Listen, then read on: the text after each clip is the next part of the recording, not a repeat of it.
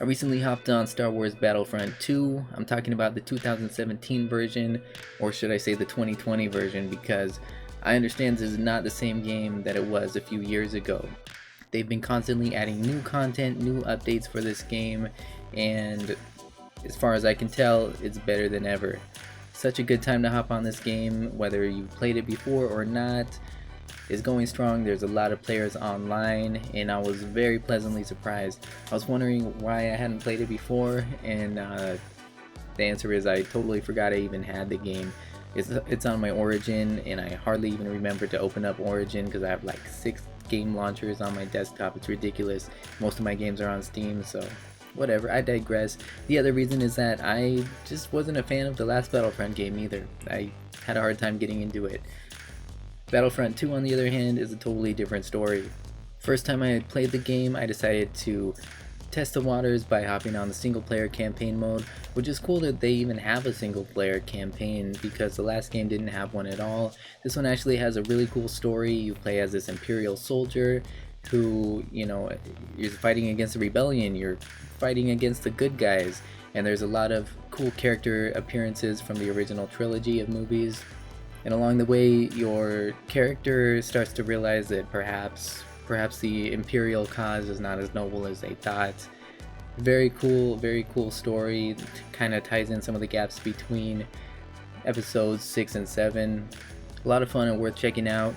However, as with all the Battlefront games, multiplayer is really the focus here. It's the main draw, and you still have these big team battles with lots of characters and big maps. Some of them have vehicles, you have AT-AT walkers and everything else. You can even take to the skies in some of the game modes. You fly your X-Wings and TIE Fighters and shoot each other out in dogfights in space. Personally, the ground-based game modes are my favorite, and I think they're really one of the most popular. Is the main kind of game mode where you have big teams of people. You start out with different character classes to choose from. So you have an assault type, which is just a kind of regular gunner. You have commander, which can buff your teammates nearby, give them boosts and abilities and things. You have kind of a heavy artillery type class, or you have a specialist who can snipe people and set down traps and things.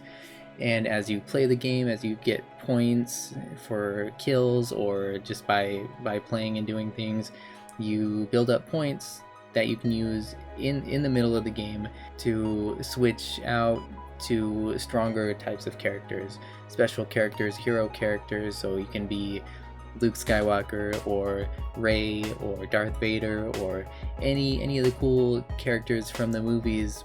And of course, they each have their own special abilities. They're unique in their own way. They all have their own strengths, and using them well can really turn the tides of the battle as you're fighting with your team to secure control points on the map and fight off the enemy team, etc.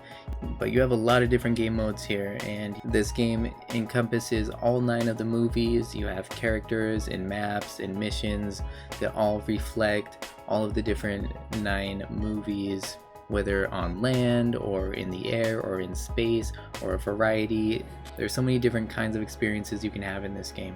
There's a heroes versus villains mode where everybody gets to play as a special character, one of the main heroes or villains from the movies. So you can have a team of Darth Vader and Darth Maul and Boba Fett and Kylo Ren against Luke Skywalker, Han Solo, Leia, Obi-Wan Kenobi, you name it, Yoda.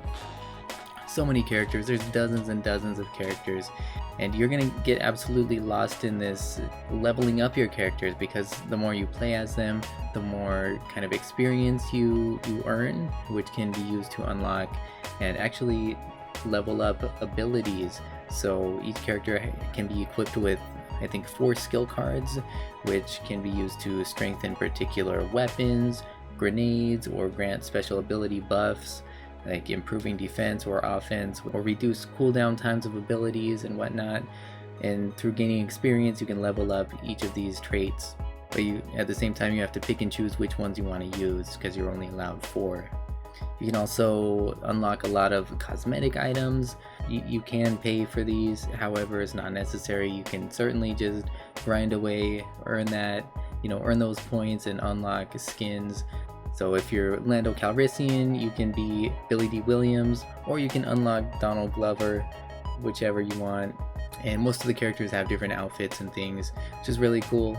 There's even this Ewok mode, which I never knew Ewoks were so scary, but basically you're on Endor in the middle of the night, everything's dark, and you have these Ewoks which can see a lot better in the dark, and then you have these scout troopers, stormtroopers, whatever. You have the bad guy soldiers, and they have flashlights, but the flashlights do run out for a little bit, need to be recharged, and while using the flashlights, you make it a lot easier for the Ewoks to spot you.